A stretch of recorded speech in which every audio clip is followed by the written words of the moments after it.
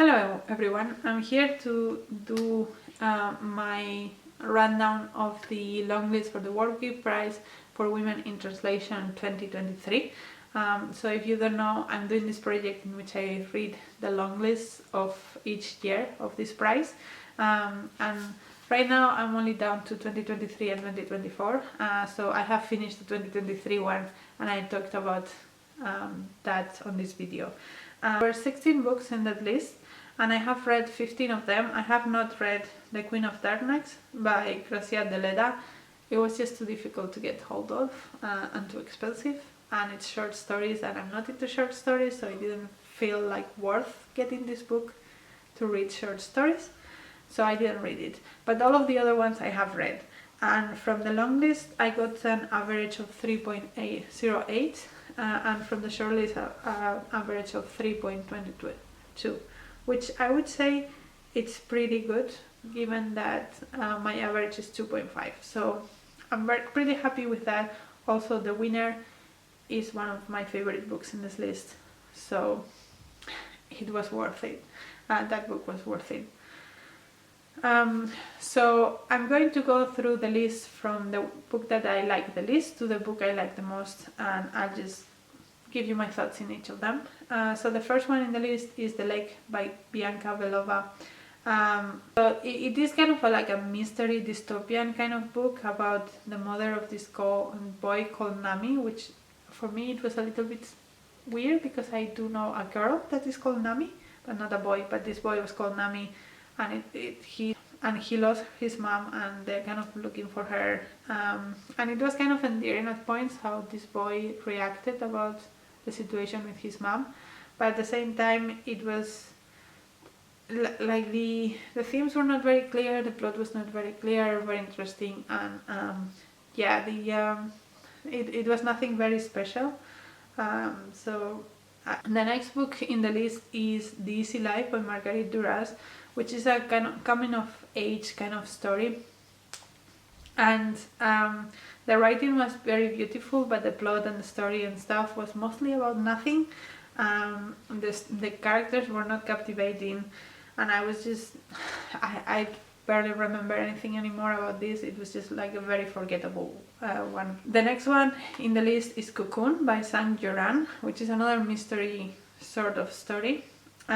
It's about multi-generational trauma and it's set in China, and I found some interesting aspects on this about Chinese culture and like the family culture in China, but the characters didn't do anything for me and the plot didn't do anything for me, so at the end it felt very dragged down by details and things that were not interesting and were not relevant to the plot.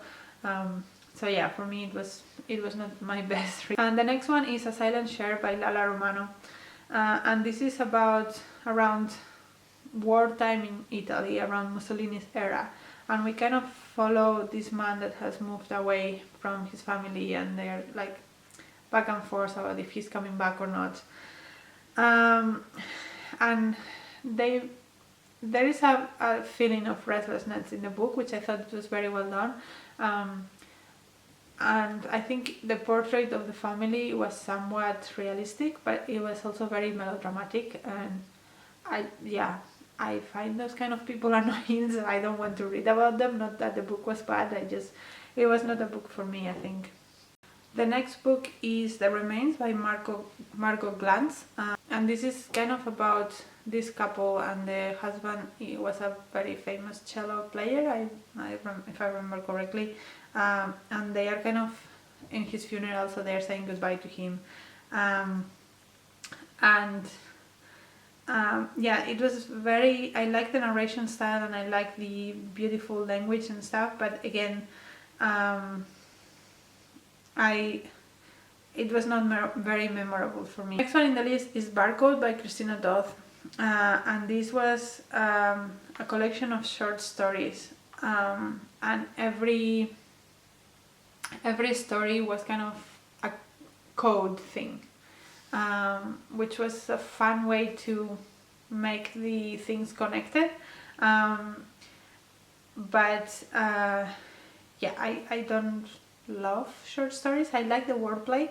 This had a lot of wordplay, and I can especially see how wordplay in a translation price makes a lot of sense, because that's especially difficult to translate.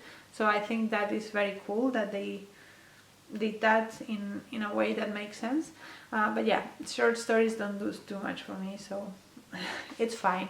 The next one is Owlish by Dorothy Tse, and this is about a professor of literature in a like relatively not very like a remote community in the mountains, and it's around Hong Kong, Singapore, around this area, and it kind of has the background of the protests and of the China's control and stuff, but that was not too so forefront that I could appreciate that.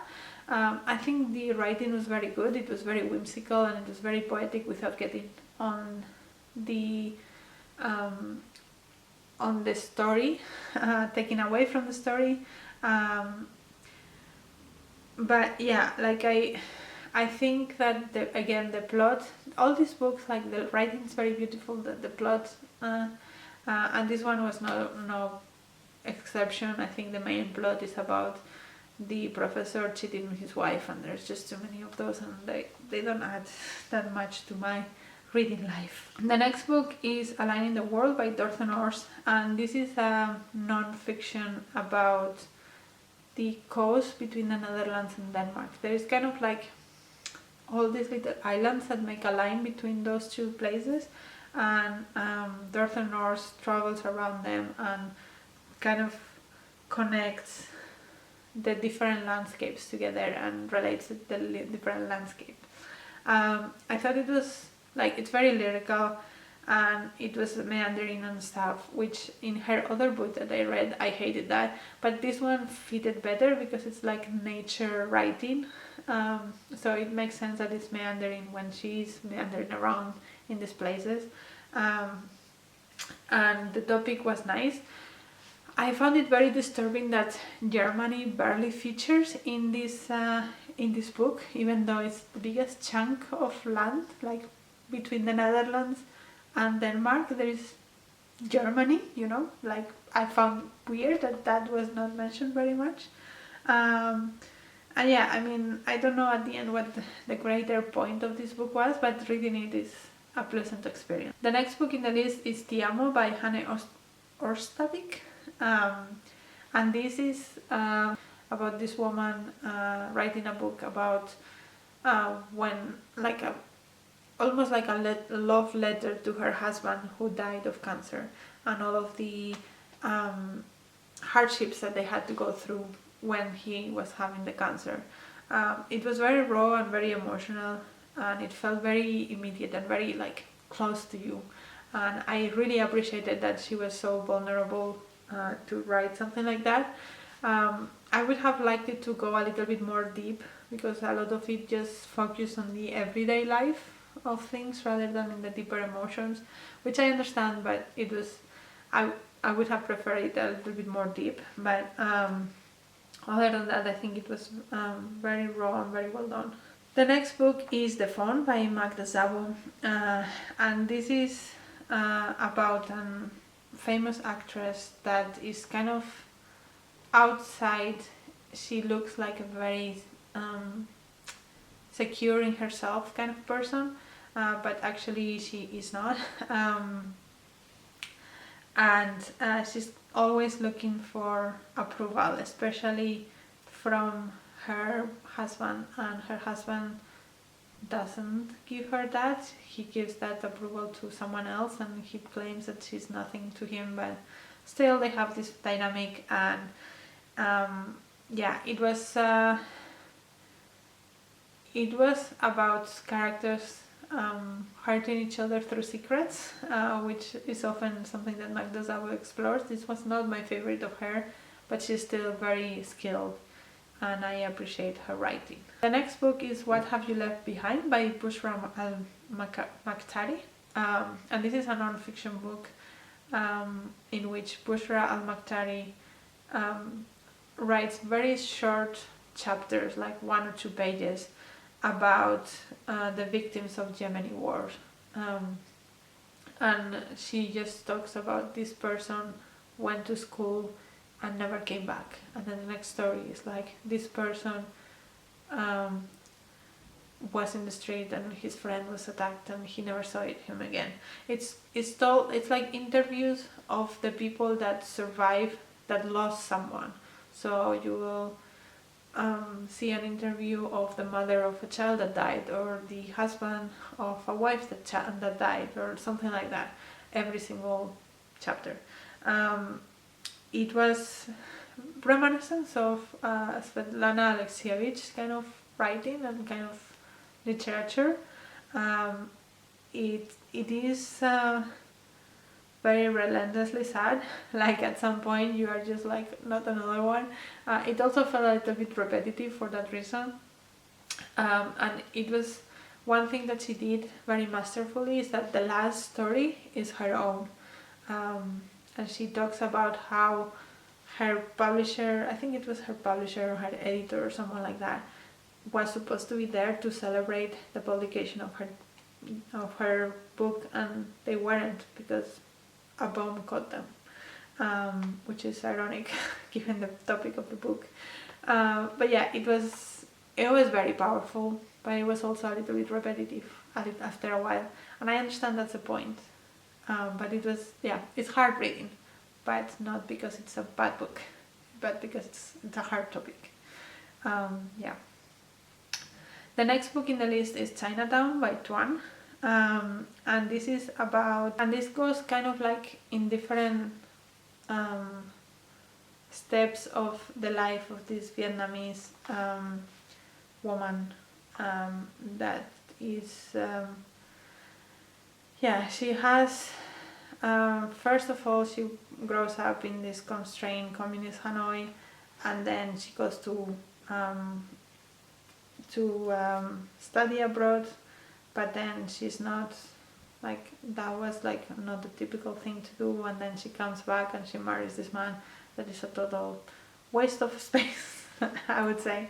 And it's just all of the things that she does have also this shadow of the background of the war and all of that, but it's not really like mentioned. It's just something that you can feel coming through the page.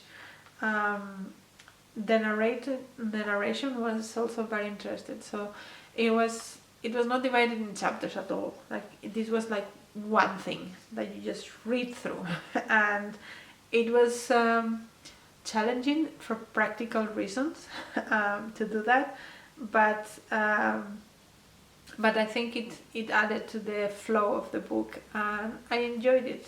The next book in the list is A System So Magnificent It Is Blinding by Magda Szabó, and this was just a fun book. It's about triplets, and each of them has a fairly different life in a fairly different part of the world, and they all think that they are the lost sheep of the family, and then at some point this secret comes out, and those thoughts are reinforced, and it's very rompy, it's very over the top, like everything is connected to everything for some weird reason, that is completely not realistic, but it's just a fun read and a very enjoyable read, a wild ride but very fun. Then the next book is The Forbidden Notebook by Alba Céspedes, and this is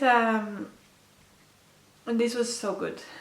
This is about an Italian woman in the 50s. She's a housewife.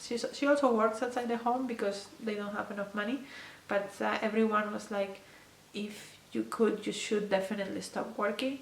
But she starts finding that actually no, I like to work, I like to do something that is just for myself, because she feels underappreciated in her house, in her home as a housewife. Nobody treats her as a real person.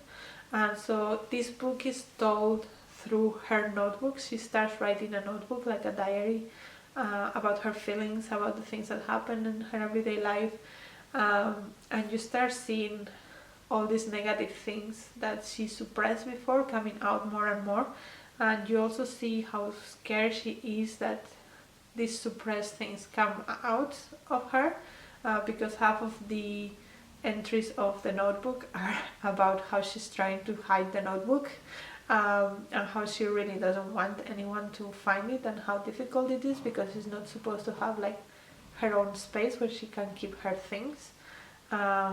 She doesn't have that privacy, she doesn't have that space that you are given as a person, and this was very interesting way to tackle that topic, and it was so well done.